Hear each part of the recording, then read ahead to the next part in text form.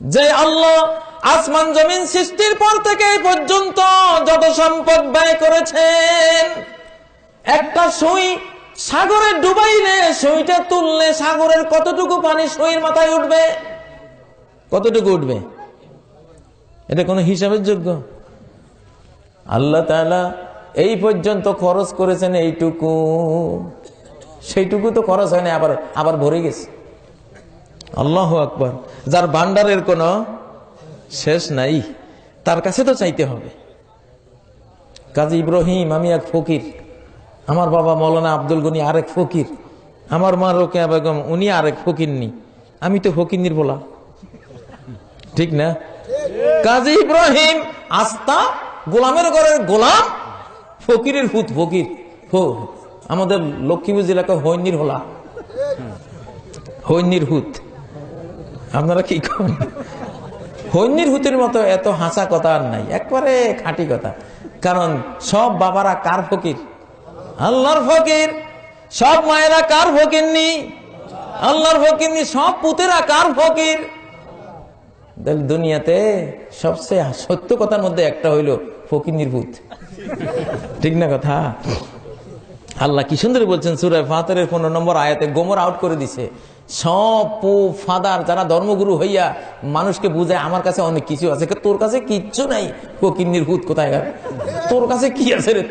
তুই নিজে ফকির, নিজে হই, তোর বাবা আরেক হই, তোর মা আরেক হইনি, হইনির ভূত কোথায়? তোর কাছে কি আছে? কিচ্ছু নেই, ঠিক না ভাই? ঠিক। সূরা ফাতিরে গোমর আউট করে দিছে দুনিয়ার সব গুরুর।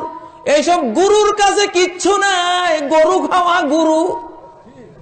সব কি গরু খাওয়া গুরু, কিচ্ছু নাই। মানুষের গুণ একটাই, কে বলতে পারবেন সে গুণটার নাম কি? মানুষের গুণ একটাই, দুনিয়ার আদম থেকে শেষদম পর্যন্ত সমস্ত মানুষের গুণ শুধু একটা, আর কোন গুণ নাই। সেই গুণটা হইল কি গুণ? নাই গুণ। নাই গুণের অধিকারী। এই নাক এটা কার? ভাই আমার না, এটা আল্লাহ দিছে। চোখ দুইটা কার? এই কাজী তো চোখ দুইটা আল্লাহ, এটা আল্লাহ দিছে। ব্রু আল্লাহ। তোর হাত দুইটা যে কণ্ঠ দিয়ে ওয়াজ করস, এটা কার দেওয়া? মালিককে। তো তোর কি আছে? নাই ভাই, আর কিচ্ছু নাই। তুই যে চেয়ারে পড়ছ, এই কাঁঠাল গাছ এগুলি কে বানাইছে? কে আসল মালিক? কে? আল্লাহ। তোর কি? ভাই নাই। যে মাটির উপরে বসে আছিস, এটার মালিক কে? আল্লাহ। তোর কি? নাই। তো মানুষের গুণ কি? নাই গুণ। এত সুন্দর সত্য কথা দুনিয়াতে। কোন দুঃখে তোরা আছে কস? কি আছে তোর? তোরা আছেটা কি? ভিক্ষুক কোথাকার, কাঙ্গাল কোথাকার, ফকির কোথাকার, নাদান কোথাকার, আছে কি? সমস্ত ফেরেশতারা আত্মসমর্পণ করে বলে দিয়েছিলেন, লা ইলমা লানা ইল্লা মা আল্লামতানা। জ্ঞানও নাই আমাকে, জ্ঞানও যা বড়াই টড়াই ঘুরিটা আপনারই, আপনি দিয়েছেন, আমাদের কিচ্ছু নেই। আল্লাহু আকবার। মানুষ কি গুণের অধিকারী? নাই গুণের অধিকারী, অর্থাৎ জাত ফকির। সবাই কি? আমরা সবাই কি? জাত ফকির। এই গ্রামে জীবনে কোনোদিন কেউ দেখছেন যে এক ফকির নিয়ে আরেক ফকিরের কাছে হাত পাচ্ছে? হ্যাঁ, কারণ ফকিরের একটা প্রেস্টিজ আছে, জীবনেও হাত পাতবে না যে তোর মতো আরেক হইনির কাছে যদি আমি ফকিরনিগিরি করি, তা মান সম্মান থাকে? জীবনে হাত পাতবে না, ঠিক না? তো তোরা কবরে যাই যে তুই যে এক ফকিরনির ভূত, কবরে যে শুয়ে আছে সে তো আরেক ফকিরনির ভূত।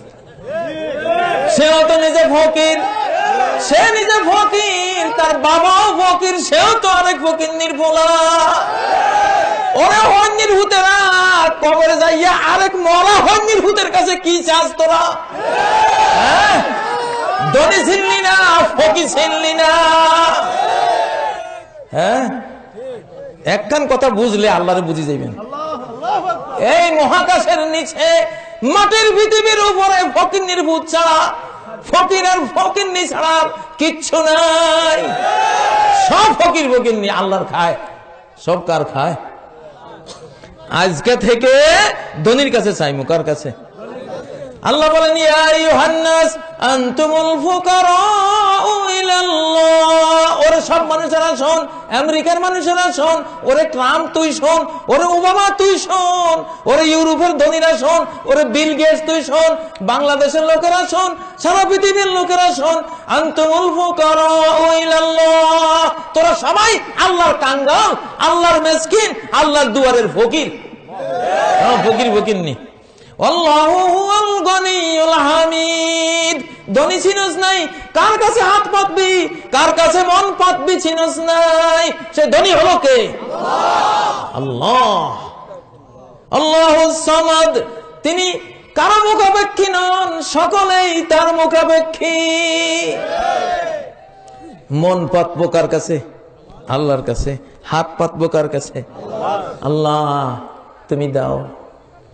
আলহামদুলিল্লাহ, জীবনে যতবার হাত পাচ্ছি আল্লাহ ফিরাই নাই।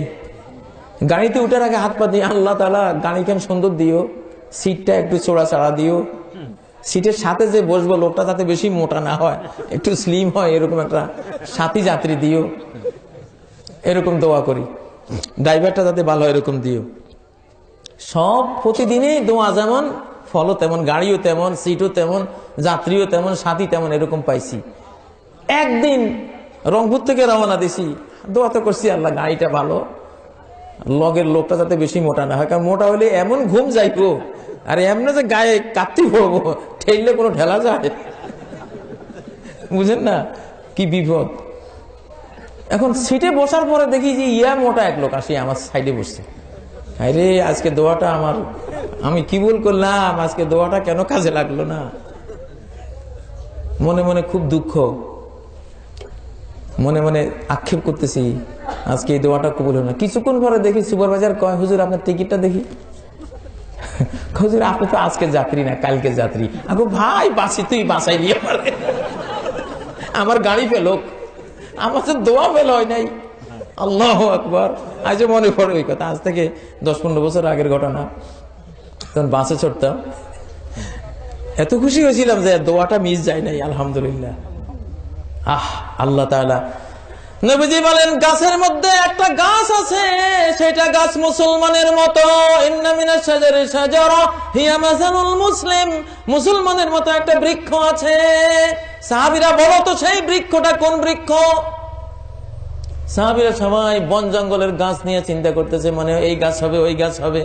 ছোট্ট আব্দুল্লাহ ইবনে ওমর মনে মনে ভাবতেছে খেজুর গাছ হবে, কিন্তু আবু বকর কয় না, ওমরে কয় না, ওসমান চুপ, আলী চুপ, মুরব্বীরা সব চুপ করে রয়েছে। আমি ছোট বাচ্চা, শরম লাগে, কেমনে কইতাম, তো উনি কয় নাই।